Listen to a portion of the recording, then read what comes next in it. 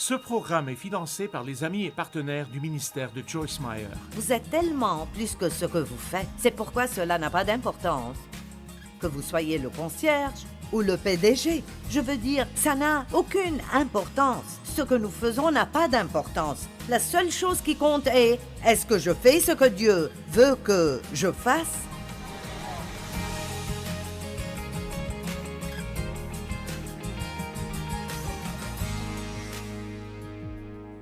Eh bien, j'ai intitulé ce message « Être libéré ».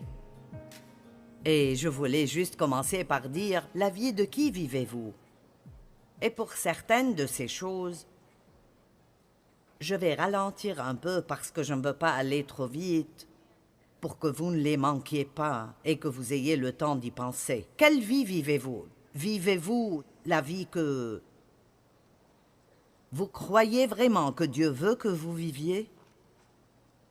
Lorsque nous faisons ce que Dieu veut que nous fassions, nous allons jouir de la vie. Je ne pense pas que Dieu nous appelle à être misérables. C'est une chose d'être un pécheur misérable, c'en est une autre d'être un saint misérable.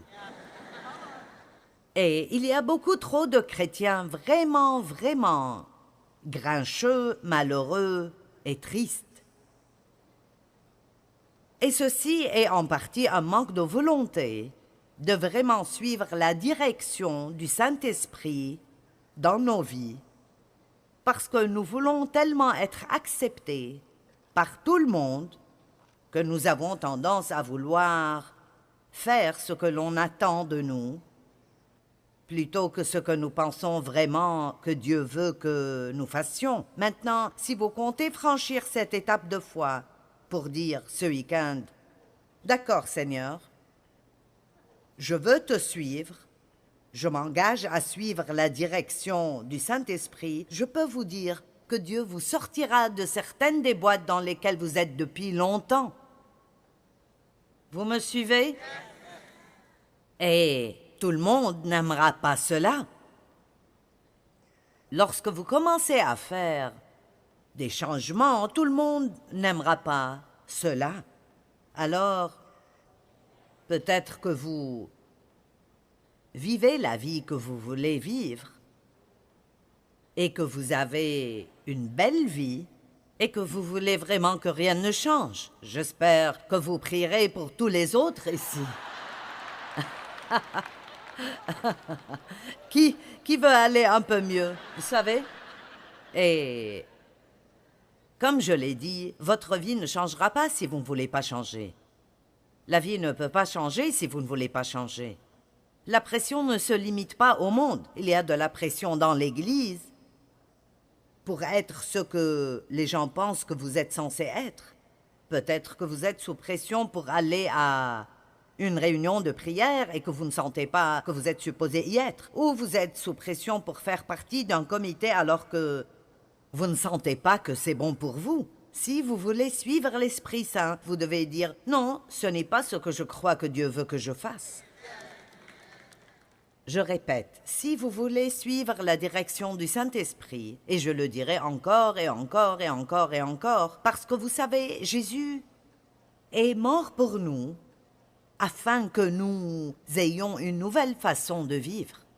Et cela est de ne plus être sous la loi, les règles et les règlements, c'est-à-dire non seulement la loi de l'Ancien Testament, mais même les règles que tout le monde établit pour notre vie. Les gens ont beaucoup d'attentes. Et le problème, c'est que vous n'êtes qu'une seule personne et que tout le monde s'attend à de différentes choses. Et dans ce processus, vous vous perdez. Et vous pouvez perdre de vue ce que vous voulez faire. Qu'est-ce que Dieu veut que je fasse? Qu'est-ce que je veux faire? Est-ce que j'aime ma vie? Vous savez combien de personnes détestent leur vie? Ils la supportent seulement et ils l'endurent. J'essaye de supporter jusqu'à arriver au paradis. Eh bien, le ciel sera meilleur que tout cela, c'est certain. Mais je crois que nous sommes supposés apprécier le voyage. Combien d'entre vous pensent que nous devrions profiter du voyage? Et donc, je me demande s'il y a quelqu'un ici qui s'est vraiment totalement perdu. Vous voyez, beaucoup de mains s'élèvent. Peut-être que ce que vous devez faire, la première chose à faire, c'est de passer du temps seul ce week-end et de reprendre contact avec votre propre cœur. Et dites, Dieu, que veux-tu que je fasse? Que je crois que ce que Dieu veut que vous fassiez, il vous donnera envie de le faire. Peut-être que vous avez besoin de vous souvenir de quels sont vos désirs. Quelle est la chose que vous désirez vraiment? Quelle vie vivez-vous? Vivez-vous la vie que vous étiez vraiment censé vivre? Ou celle que quelqu'un d'autre a conçue pour vous? Maintenant, et si être vous-même demande que vous soyez différent de la plupart des autres? J'ai essayé le jardinage pour mettre des tomates en conserve, et ce grand essaim d'insectes noirs est arrivé pendant la nuit avant que nous ne récoltions. J'ai appelé la dame d'à côté, j'ai dit « Nos tomates sont ruinées, des insectes les ont mangées. » Elle a dit « Les miennes vont bien. » Je me suis un peu énervée contre Dieu. J'ai dit « Je suis une femme de foi et je prie pour ces tomates. Pourquoi as-tu laissé les insectes manger mes tomates? » Il a dit « Je ne t'ai jamais appelé à faire ça. »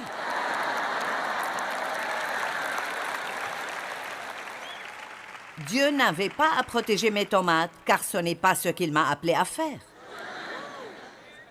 Et donc, quand j'ai commencé à suivre ce que je croyais être l'appel de Dieu dans ma vie, et c'est la seule façon pour moi de le décrire, je croyais que ça l'était. Mais ce que je croyais réellement n'avait aucun sens. Très probablement, Dieu vous appellera à faire quelque chose qui semble simplement ridicule. Comme « je ne peux pas faire ça ». Si ce que Dieu vous met à cœur de faire est quelque chose que vous pouvez faire, ce n'est probablement pas Dieu. Il va vous donner quelque chose pour lequel vous devrez vous appuyer sur lui, et vous aurez un peu d'un bon genre de peur. Mon Dieu, si tu ne te présentes pas, j'ai de gros problèmes. Amen. Dieu veut que nous mettions notre confiance en lui, pas en nous-mêmes. Je repose la question. Êtes-vous prêt à être totalement différent de votre petit groupe? Parce que si le petit groupe avec lequel vous traînez n'acceptera pas le vrai vous, alors Dieu vous donnera un nouveau groupe qui l'acceptera. Amen. Il est temps de vivre votre vie plutôt que d'essayer de plaire aux gens en essayant d'être ce que vous pensez qu'ils veulent que vous soyez. Je ne dis pas que nous ne faisons pas de choses pour les gens, que nous n'essayons pas de les rendre heureux et que tout ce que je fais devrait être quelque chose que je veux faire et que je dois me ficher de ce que les autres pensent. Je parle du plus gros problème de ce que nous faisons dans la vie. Combien d'entre vous ne supportent pas leur travail? Allez! Bon, nous avons des gens qui sortent de leur siège sur cette question. Laissez-moi vous demander, combien est-ce stupide d'aller au travail tous les jours à un endroit que vous détestez pour faire un travail que vous détestez? Vous dites « je dois gagner ma vie ». Je ne suis pas en désaccord avec cela. Mais vous savez quoi? Pendant que vous faites le travail que vous détestez, pourquoi ne pas en chercher un qui vous plairait vraiment?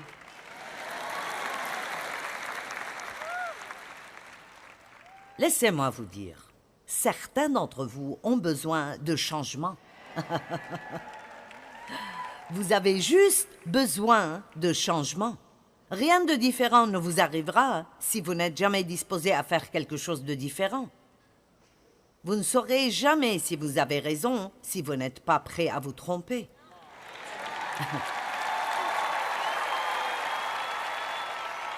Toute cette crainte de l'échec et de ce que les gens vont penser empêche en fait les gens d'atteindre leur destinée. C'est horrible ce que ça fait. Et le fait est que si vous savez vraiment qui vous êtes en Christ, combien Dieu vous aime, Alors cela vous donne une audace parce que vous réalisez que vous êtes plus que ce que vous faites. Donc si vous essayez de faire quelque chose parce que vous croyez que Dieu vous pousse à le faire et ça ne marche pas, pourquoi est-il si difficile pour les gens de dire « Je pensais que c'était Dieu ». Ce ne l'était pas. Ça n'a pas marché. Je vais essayer quelque chose d'autre. Ne vous garez pas au moment de votre dernier échec. Allez. Peut-être que quelqu'un vous a vraiment fait du mal et que vous êtes toujours garé au point de cette douleur. Vous êtes assis là depuis 5 ou 10 ans, vous les détestez toujours pour ce qu'ils ont fait quand une vie merveilleuse vous attend. Écoutez, si vous commencez vraiment à suivre la direction du Saint-Esprit, ou ce que vous pensez être la direction du Saint-Esprit, parfois ce sera absolument exact et parfois vous aurez tort. Je vais vous dire comment apprendre à entendre Dieu. En faisant des erreurs. En faisant des erreurs. J'ai essayé de passer à la télévision avant le bon moment. Parfois, vous avez quelque chose dans votre cœur, et c'est la bonne chose dans votre cœur, mais vous choisissez le mauvais moment. Amen. Il est temps de se libérer.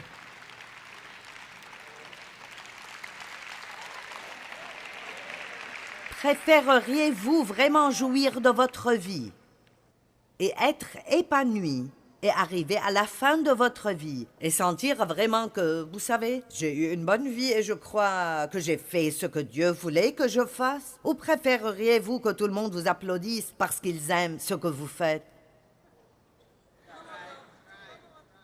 Allez! Certains d'entre vous ont des décisions à prendre. Parlons de la confiance en soi. Parce qu'il n'y a pas de vie d'aventure, à moins que nous n'ayons la confiance en soi.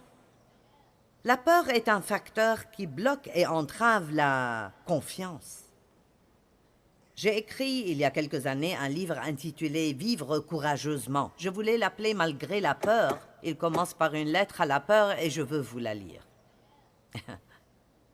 Chère peur, je ne t'appelle chère qu'en raison de notre relation à long terme et intime, et certainement pas parce que tu m'es chère du tout.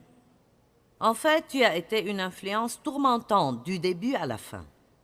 Tu m'as dit des mensonges et m'as empêché de faire ce que je voulais faire et ce que j'aurais dû faire. Tu es vraiment un compagnon mauvais et misérable.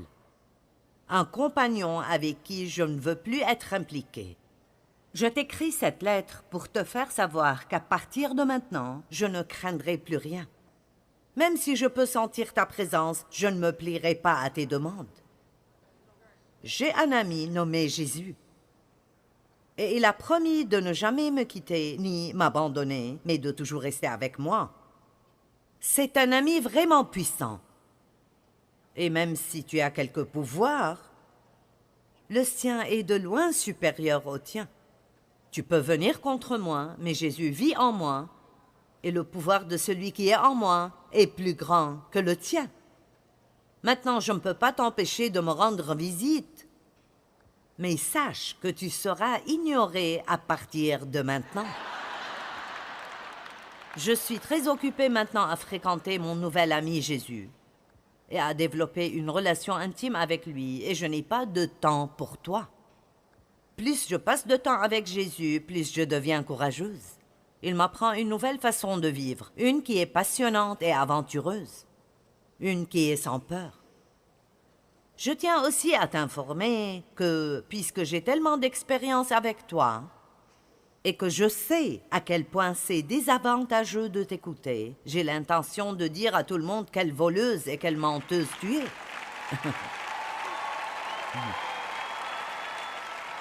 Les années que j'ai perdues avec toi seront rachetées et je serai fructueuse. Grand merci, chère peur, de m'avoir conduit à Jésus. Tu vois, tu m'as rendu si misérable que j'ai cherché un moyen d'être libre de toi, et Jésus m'a rencontré là où j'étais et m'a libérée. Si tu décides de perdre ton temps et d'essayer de me rendre visite même après ma lettre, je te ferai savoir à l'avance que tu seras accueilli par une foi en Dieu et une détermination de ne pas avoir peur, sincèrement et avec détermination, et il y a un vide pour votre nom. Donc, vous devriez acheter ce livre et commencer par là. Quand vous croyez vraiment que Dieu veut que vous fassiez quelque chose, faites-le même si c'est dans la peur.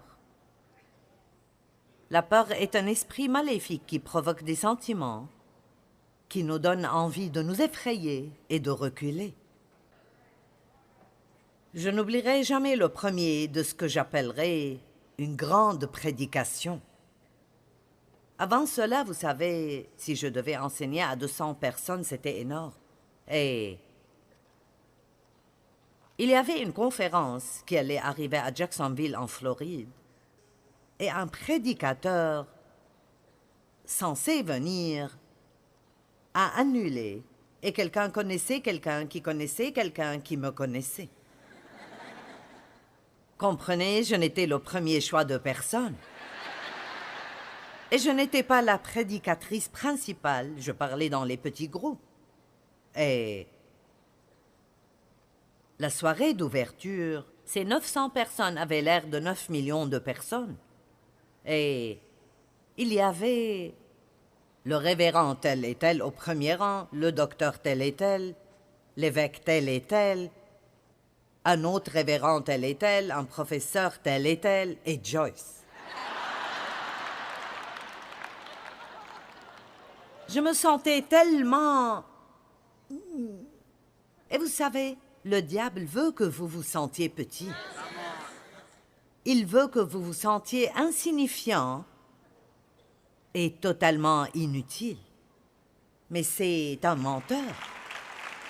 Et il ne vous laissera jamais seul si vous ne le confrontez pas. Et vous ne dites pas, je vais faire ce que je crois être censé faire. Je m'en fiche de si je le fais en tremblant.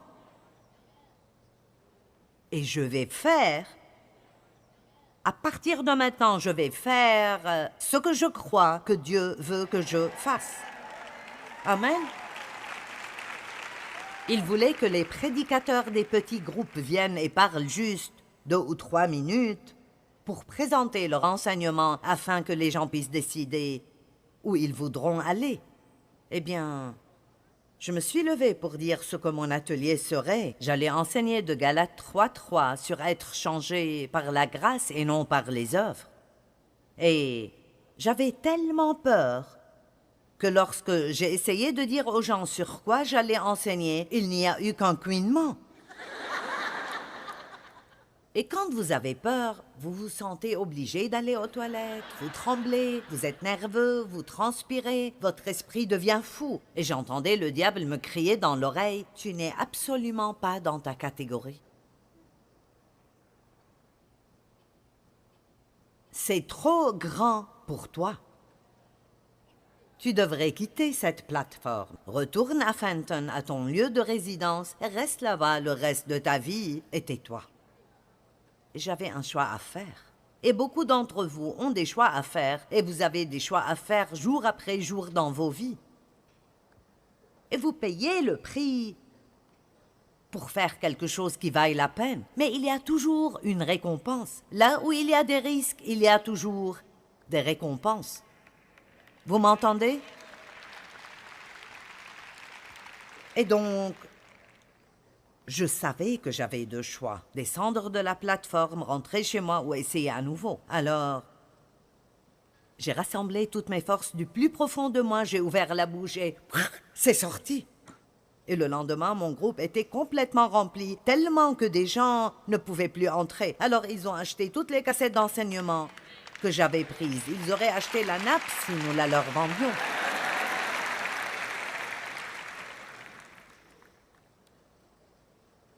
La Bible dit dans les Proverbes, dans la Bible amplifiée, et j'aime ça. Elle dit, les sages hériteront la gloire, tout l'honneur et le bien, mais la honte est ce que porteront les insensés confiants. Et dans la Bible amplifiée, partout où il utilise le mot insensé, il est écrit un homme qui met sa confiance en soi. Donc, quiconque a confiance en soi est un insensé. Vous savez pourquoi? Vous allez vous décevoir.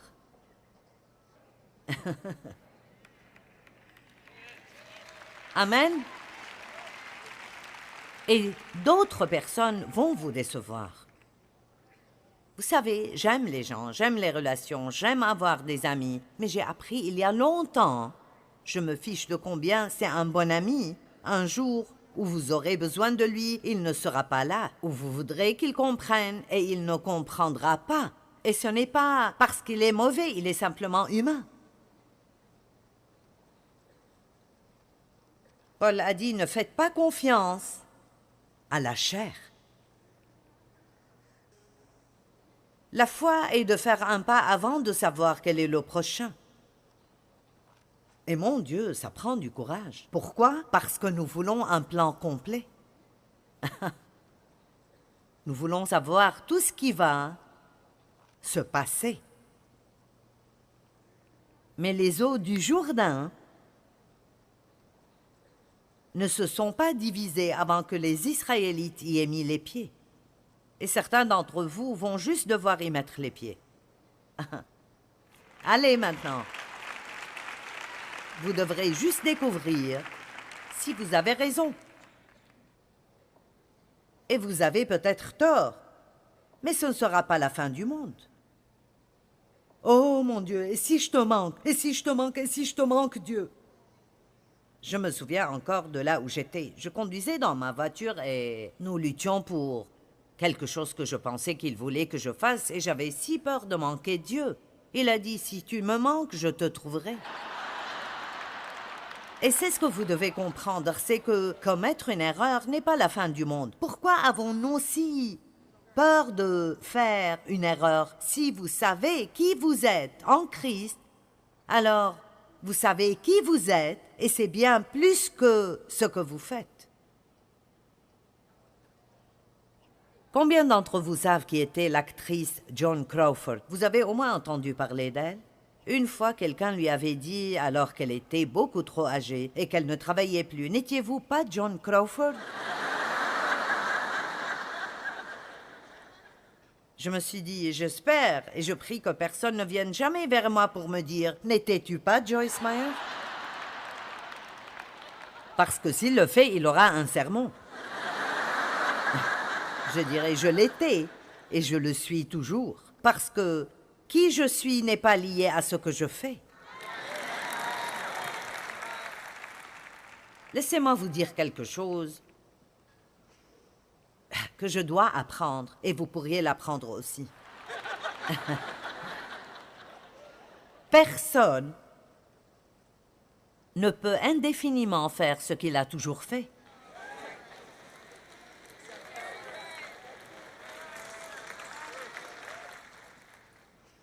Peu importe à quel point vous le faites bien, quelqu'un arrivera tôt ou tard et le fera mieux que vous.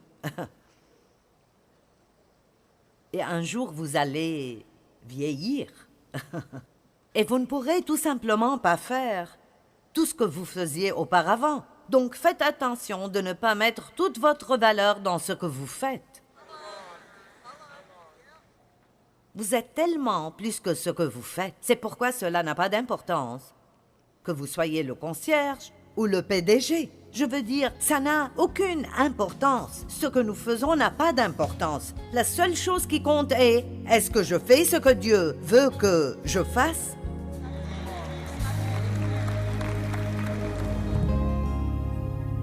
Se libérer de tout ce qui vous retient peut être effrayant. Mettez votre confiance en Dieu et non en vous-même, et vous aurez la victoire.